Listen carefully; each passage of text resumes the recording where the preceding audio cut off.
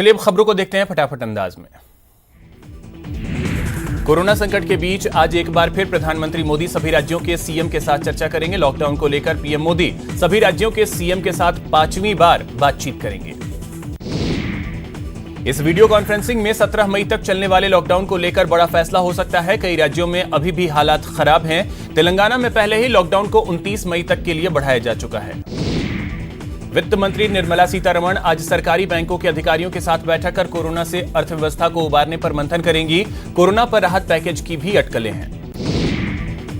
Corona संकट के बीच rail मंत्रालय 12 मई से पैसेंजर ट्रेन सेवा शुरू करने जा रहा है। आज शाम 4 बजे से टिकट की ऑनलाइन बुकिंग शुरू होगी। इन ट्रेनों के टिकट केवल IRCTC की वेबसाइट पर ही मिलेंगे, टिकट काउंटर पर नहीं। शुरुआत में रेलवे 15 जोड़ी ट्रेनें चलाएगी, यानी ये 15 रूटों पर चलेंगी। ये सभी ट्रेन स्पेशल ट्रेन होंगी जिन्हें नई दिल्ली से देश के अलग अलग 15 हिस्सों में भेजा जाएगा।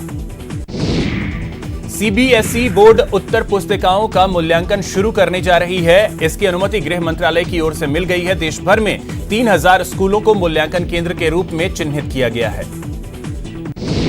मानव संसाधन विकास मंत्री रमेश पोखरियाल ने इसके लिए केंद्रीय गृह मंत्री का आभार जताया। उन्होंने बताया कि मूल्यांकन केंद्रों से 1.5 करोड़ कॉपियां चेक करने के लिए टीचर्स के घर पर भेजी जाएंगी। यह प्रक्रिया 50 दिन में पूरी कर ली जाएगी। पूर्व प्रधानमंत्री मनमोहन सिंह को दिल्ली के एम्स में भर्ती करवाया गया है। सूत्रों के मुताबिक सीने में दर्द के शिकायत के बाद पूर्व प्रधानमंत्री मनमोहन सिंह को एम्स में भर्ती कराया गया। पूर्व पीएम मनमोहन सिंह के स्वास्थ्य को लेकर सीएम गहलोत ने चिंता जाहिर की है। उन्होंने ट्वीट कर मनमोहन सिंह के जल्द स्वस्थ होने की कामना की। भारत में कोरोना की जांच के लिए नेशनल इंस्टीट्यूट ऑफ वायरोलॉजी ने स्वदेशी तकनीक पर IgG ELISA टेस्ट किट को विकसित किया है। इससे मानव शरीर में कोरोना वायरस के एंटीबॉडी की मौजूदगी का पता चलेगा। केंद्रीय स्वास्थ्य मंत्री डॉक्टर हर्षवर्धन ने इसकी घोषणा करते हुए कहा कि यह संक्रमण के संपर्क में आने वाली आबादी के अनुपात की निगरानी में महत्वपूर्ण भूमिका निभाएगा। सीएम गहलोत ने कोरोना के खिलाफ रणनीति तय करने के लिए सर्वदलीय मेगा संवाद किया, जिसमें उन्होंने प्रदेश के मंत्रियों, सांसदों और विधायकों से आगे की रणनीति पर चर्चा की। साथ ही उनसे सुझाव भी लिए। सीएम का यह संवाद आज भी जारी रहेगा। सर्वदलीय संवाद में सीएम गहलोत ने कहा कि प्रदेश में तेजी से कोरोना कंट्रोल हो रहा है। मरीजों के ठीक होने का औसत सबसे ज्यादा है। वहीं कोरोना टेस्टिंग में भी राजस्थान अव्वल है। सीएम गहलोत से संवाद में पूर्व सीएम वसुंधरा राजे ने बताया कि केंद्र सरकार लघु उद्योगों के लिए पैकेज की घोषणा करने वाला है। इसके साथ ही उन्होंने मजदूरों का मुद्दा भी उठाया और जल्द पास जारी करने को कहा। सीएम की सर्वदलीय बैठक में मौजूद विधानसभा अध्यक्ष ने मजदूरों की समस्या का जल्द समाधान निकालने का सुझाव दिया। जोशी ने कहा कि जल्द ही समाधान नहीं निकला तो समस्या गंभीर हो जाएगी। नेता प्रतिपक्ष गुलाबचंद कटारिया ने क्वारंटीन सेंटर की समस्याओं का समाधान करने की अपील की। कटारिया ने भी प्रवासी मजदूरों की मजबूरी की तरफ ध्यान दिलाया। मुख्यमंत्री की वीसी में उच्च शिक्षा मंत्री भंवर सिंह भाटी ने प्रवास की अनुमति, राष्ट्रीय भोजन सुरक्षा और गरीब परिवारों को राशन सामग्री उपलब्ध करवाने पर जोर दिया। सीएम गहलोत की वीसी में उदयपुर के जनप्रतिनिधि भी जुड़े। सांसद सहित विधायकों ने अपने अपने इलाके में आ रही समस्याओं को बताया। मुख्यमंत्री की वीसी में सहकारिता मंत्री उदयलाल आंजना भी शामिल हुए। उन्होंने किसानों की समस्याओं के साथ बाहर से आए लोगों को गांव में ही क्वारंटीन करने की बात कही। डूंगरपुर जिले के जनप्रतिनिधियों ने सीएम गहलोत से संवाद किया। इस दौरान फंसे प्रवासियों को घर लाने, नरेगा में श्रमिक दिवस बढ़ाने, क्षेत्रों में पेयजल की आपूर्ति की मांग रखी। मुख्यमंत्री अशोक गहलोत की सर्वदलीय बैठक में श्रीगंगानगर हनुमानगढ़ सांसद निहाल चंद मेघवाल सहित जिले के सभी विधायकों ने लॉकडाउन पर फीडबैक दिया और आमजन की समस्याओं को रखा। सीएम गहलोत की सर्वदलीय वीडियो कॉन्फ्रेंसिंग के दौरान कोटा से भी विधायक शामिल हुए। सभी ने सिलसिलेवार तरीके से जिले की समस्या को सीएम के सामने रखा। सीएम की वीसी में पर्यावरण मंत्री सुखराम बिश्नोई, जालौर सांसद देवजी पटेल, जालौर विधायक जोगेश्वर गर्ग, आहोर विधायक छगन सिंह राजपुरोहित और भीनमाल विधायक पूराराम चौधरी ने संवाद किया और इस दौरान सीएम को समस्याओं से अवगत करवाया। करौली विधायक लाखन सिंह मीणा, सपोटरा विधायक रमेश मीणा, करौली धौलपुर सांसद डॉक्टर मनोज राजौरिया, टोडा भीम विधायक PR मीणा ने वीडियो कॉन्फ्रेंसिंग के माध्यम से सीएम के सामने जिले की समस्याओं को रखा। राजस्थान के 31 जिले कोरोना की चपेट में है। पिछले 24 घंटे में 106 नए मामले सामने आए हैं। कुल मरीजों की संख्या 3814 हो गई है। 108 लोगों की मौत हुई है। 1993 मरीज ठीक हुए हैं। अकेले जयपुर में कोरोना के 1219 मामले सामने आ चुके हैं। वहीं अब तक 57 लोगों ने जान गंवाई है, जबकि ठीक होने वालों की संख्या 699 है। एक बड़ी खबर इस बीच आपको बता दें, आज सीएम अशोक गहलोत का सर्वदलीय संवाद जो होना था वो स्थगित हो गया है। जयपुर अजमेर संभाग के एमपी और एमएलए उनके साथ जुड़ने वाले थे, लेकिन ये वीडियो कॉन्फ्रेंसिंग स्थगित कर दिया गया है। पीएम मोदी की वीडियो कॉन्फ्रेंसिंग की वजह से इस संवाद को स्थगित किया गया, क्योंकि आपको बता दें आज शाम 3 बजे पीएम मोदी की मुख्यमंत्रियों के साथ संवाद का कार्यक्रम जो है वो तय है। और इसी को ध्यान में रखते हुए मुख्यमंत्री अशोक गहलोत जो सुबह 11 बजे जयपुर संभाग के एमएलए एमपी और अजमेर संभाग के एमएलए एमपी के साथ चर्चा करने वाले थे वीडियो कॉन्फ्रेंसिंग के दौरान, उसे स्थगित कर दिया गया है।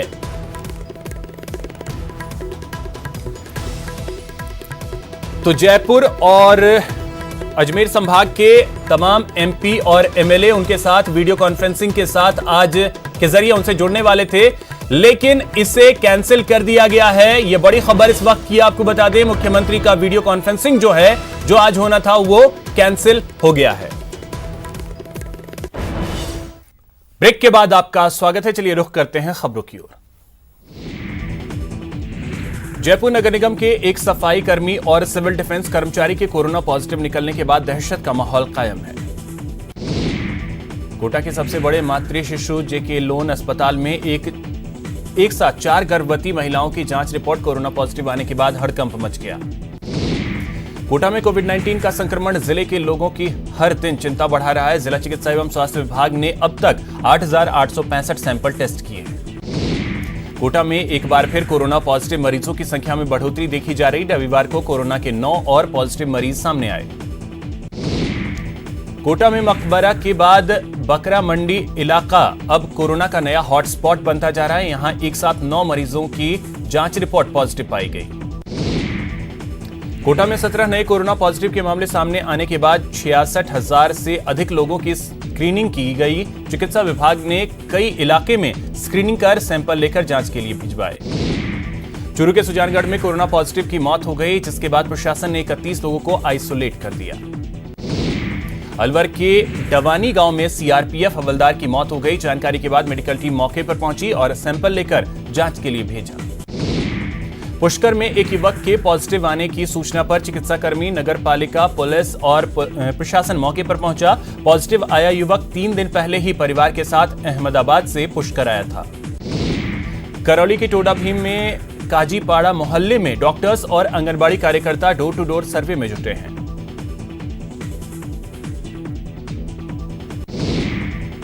टोंक के साआदत अस्पताल में पॉजिटिव पाए गए मेडिकल कर्मी अब ठीक हो गए हैं। 3 कोरोना वॉरियर्स की रिपोर्ट नेगेटिव आने के बाद इन मेडिकल कर्मियों की जोर शोर से विदाई की गई। भीलवाड़ा में 4 और कोरोना मरीजों को संक्रमण मुक्त होने के बाद उन्हें फूल देकर डिस्चार्ज किया गया। डूंगरपुर शहर में पहला कोरोना पॉजिटिव केस सामने आने के बाद जिला प्रशासन और स्वास्थ्य विभाग पूरी तरह से अलर्ट हो गया है। करौली में 65 साल का बुजुर्ग कोरोना पॉजिटिव मिला, जिसके बाद इलाके को सील कर दिया गया। राजसमंद में अचानक पॉजिटिव मरीजों का आंकड़ा बढ़ने के बाद प्रशासन को 15 मरीजों के पॉजिटिव आते ही कर्फ्यू घोषित करना पड़ा। पाली में कर्फ्यू के बीच अच्छी खबर आई है कि बांगड़ मेडिकल कॉलेज में 16 कोरोना पॉजिटिव मरीजों की रिपोर्ट नेगेटिव आई।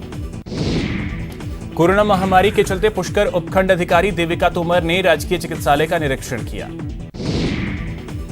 कोरोना के बढ़ते प्रकोप को देखते हुए कोटा रेलवे प्रशासन कोरोना स्पेशल ट्रेनों को राज्य सरकार को सौंपने की तैयारी कर रहा है। अजमेर रेलवे स्टेशन से बिहार के पूर्णिया जिले के लिए स्पेशल श्रमिक ट्रेन रवाना हुई। लॉकडाउन के चलते बाड़मेर शहर में फंसे 1200 प्रवासी मजदूरों को स्पेशल ट्रेन से बिहार रवाना किया गया। अलवर की सबसे बड़ी कृषि मंडी में कार्यरत यूपी और बिहार के करीब 500 मजदूर अपने गांव जाने के लिए तैयार हैं, लेकिन लॉकडाउन की वजह से वो फंसे हुए हैं। लॉकडाउन के चलते अपने घरों को लौट रहे बिहार झारखंड के श्रमिक यूपी सीमा पर फंस गए हैं, जिनको भरतपुर जिला प्रशासन ने स्कूल का भवन मुहैया करवाया। कोटा में फंसे छात्रों के लिए राहत की खबर है। राहत की खबर इसलिए क्योंकि आज बिहार के लिए एक और ट्रेन चलेगी। आज दोपहर 12:45 पर एक ट्रेन सीवान के लिए रवाना होगी। कोटा से बिहार के लिए 1000 से अधिक छात्रों को विशेष ट्रेन से भेजा गया है। रविवार को सिवान, गोपालगंज और ईस्ट वेस्ट चंपारण के 1000 से अधिक स्टूडेंट्स विशेष ट्रेन से रवाना हुए।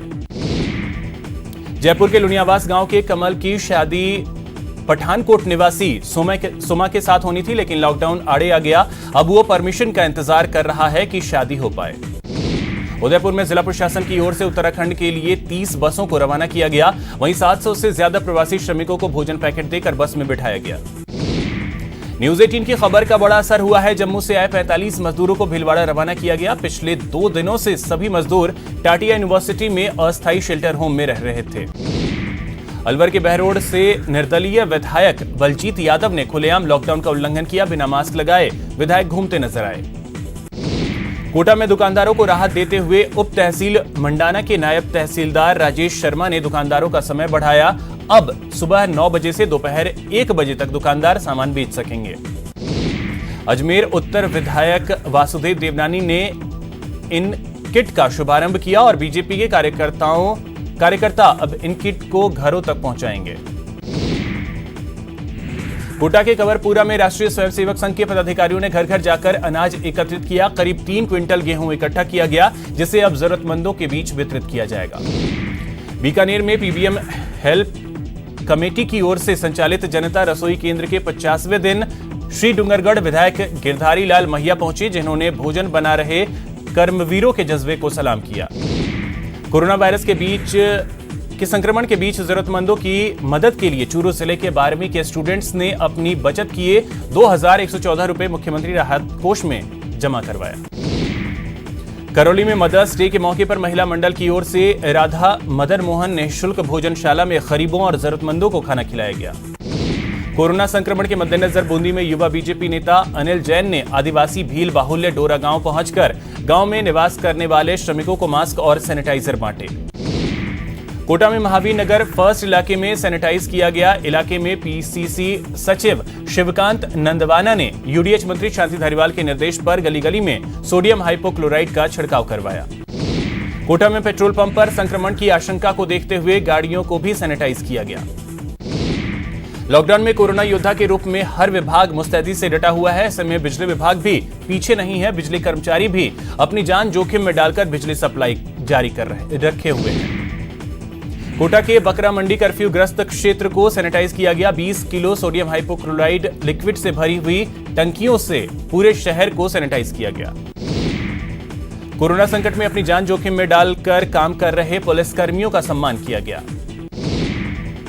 राजसमंद में कोरोना संदिग्धों के लिए बनाए गए क्वारंटीन सेंटर में भर्ती संदिग्धों के लिए कई तरह के इंतजाम किए गए। कुछ स्कूलों में प्रभारियों ने शरीर स्वस्थ रखने के लिए योगाभ्यास शुरू करवाया।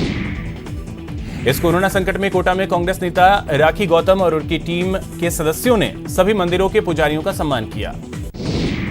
झुंझुनू के ब्राह्मण समाज ने कोरोना से मुक्ति के लिए हनुमान मंदिर में महायज्ञ और नवग्रह शांति पाठ किया। भरतपुर के कोतवाली क्षेत्र में सुजान गंगा नहर में युवक का शव मिला, जिससे पूरे इलाके में सनसनी फैल गई। अलवर के रामगढ़ में एक युवक ने जहर खा लिया, जिसकी वजह से उसकी मौत हो गई। फिलहाल खुदकुशी के कारणों का पता नहीं चल सका है। धौलपुर के कंचनपुर में मामूली विवाद को लेकर 2 पक्षों में गोलीकांड हुई, जिसमें 3 लोग घायल हो गए। कोटा में शराब पीने गए एक युवक का शव मिलने से सनसनी फैल गई। युवक की मौत शराब पीने से ही बताई जा रही है। वहीं पुलिस मामले की जांच कर रही है। तो फिलहाल इस बुलेटिन में इतना ही। नमस्कार।